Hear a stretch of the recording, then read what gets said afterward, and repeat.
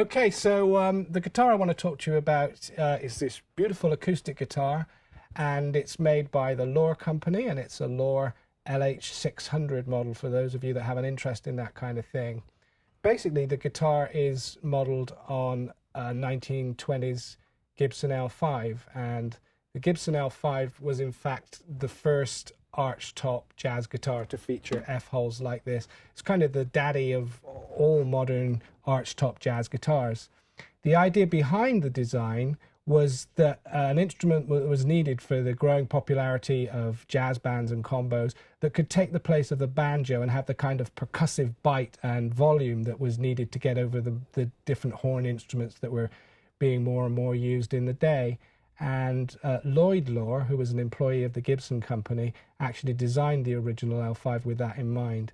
As you can see, it has an arched carved top, the same for the back, and the strings pass over the bridge here. It's called a floating bridge because if you were to take the strings off of this guitar, the bridge would just fall off, just like a violin, and then they're anchored to the tailpiece at the end right here.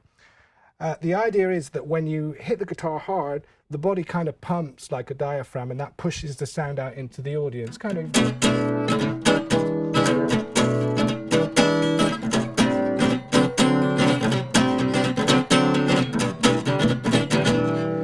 And it works. I mean, this guitar will fill a room with sound.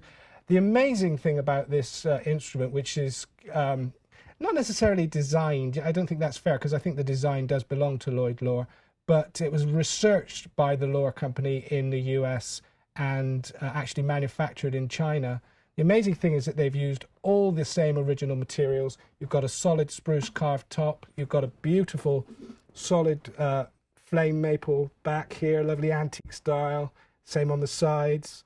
The lacquer used is a natural lacquer, nitrocellulose, which preserves the tone of the guitar and lets the wood breathe and lets the sound project. Even the cost of materials for this guitar, I mean, I don't think I could even buy the woods to make it for what it actually cost me to buy it.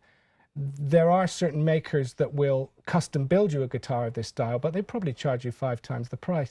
That's okay if your speciality is vintage 1920s jazz guitar, but for me it's just an aspect of my style. I kind of like to have an investment in that because I think that if your roots are strong, the tree grows better. So that's why I own this guitar. I pick it up, I play it at home. Occasionally I do gigs on it. I've played live with it without amplification, and it seems to just carry over extraordinary distances, and it gives you that classic.